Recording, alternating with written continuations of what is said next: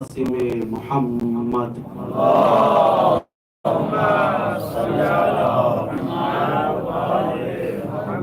وآله الأطيبين الأطهرين الأنجبين لا سيما ابن عمه ووصيه وصفيه وخليفته بلا فصل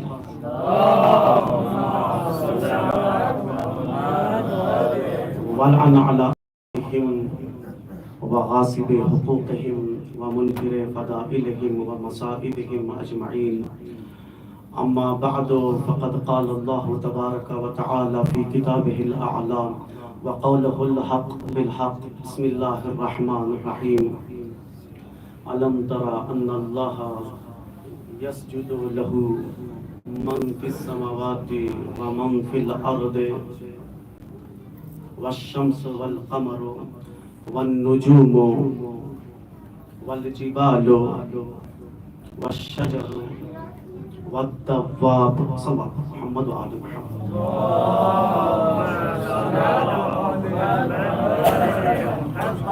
عزیزان گرامی، بغیر کسی تمہید کے، چونکہ تمہید باندھنے کا وقت تو ختم ہو چکا ہے، ویسے علماء اور فضلاء کے درمیان تمہید بھی معنی نہیں رکھتی، اور ویسے تو پوری گفتگو آپ تمام لوگوں کے لیے تحصیل حاصل ہے.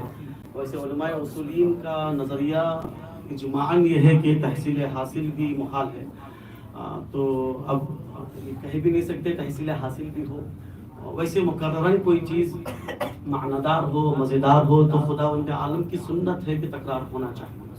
اگر تکرار ہونا کہیں علامت ضعف ہوتا تو خداوند عالم قرآن مجید میں بار بار کئی چیزوں کو تکرار نہ کر سکتا. ویسے آپ کے لیے کئی مرتبہ پڑھ چکے ہوں گے یہی عرائض آپ کی خدمت عالیہ میں پیش کروں کہ خداوند عالم اپنی نورانی کتاب، ہدایت کرنے والی کتاب اور معنی کتاب، ایسی کتاب کے امام خمینی فرماتے ہیں کہ نزول قرآن مجید کے شکر میں ساری مخلوق اپنی پوری زندگی ایک سجدے میں گزار دے پھر بھی نزول قرآن کا شکر ادا نہیں ہو سکتا.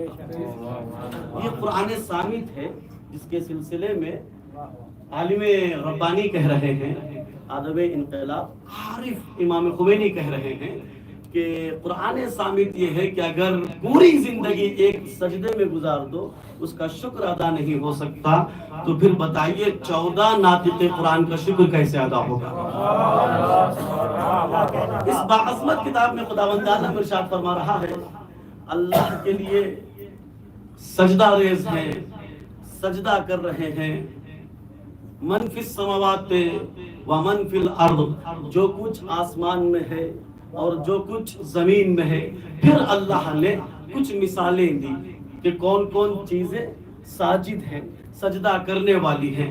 اللہ نے کہا سورج سجدہ کرنے والوں میں ہے، چاند سجدہ کرنے والوں میں ہے، اور تارے سجدہ کرنے والوں میں ہیں. پھر اللہ نے جب زمین کی طرف مثالیں شروع کی، جبل سجدہ کرنے والوں میں ہیں، درخت سجدہ کرنے والوں میں ہیں. چینش دیکھیے الفاظ کے عزیزان گرامی، قرآن مجید کی چینش ایک معجزہ ہے. اللہ نے کیا کہا؟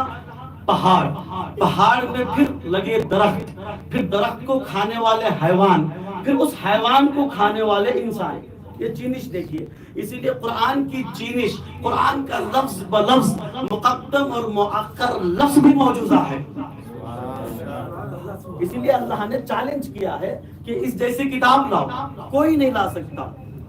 کتاب عربی میں ہے، عجم تو چھوڑو، عرب تو چھوڑو، ادیب بھی نہیں لا سکتے. کیوں؟ اس لیے کہ ادیب بھی لانے کے لیے بیٹھ جائے تو یہاں پر تاریخ بیان ہوئی ہے، تو ایسے کو لائے جو مورخ ہو، تو مورخ بھی مل جائے تو اس میں ریاضیات کی بحث ہوئی ہے. مورخ کے ساتھ ساتھ ریاضدان بھی ہو، ریاضدان کے ساتھ ساتھ زندگی گزارنے کا بہترین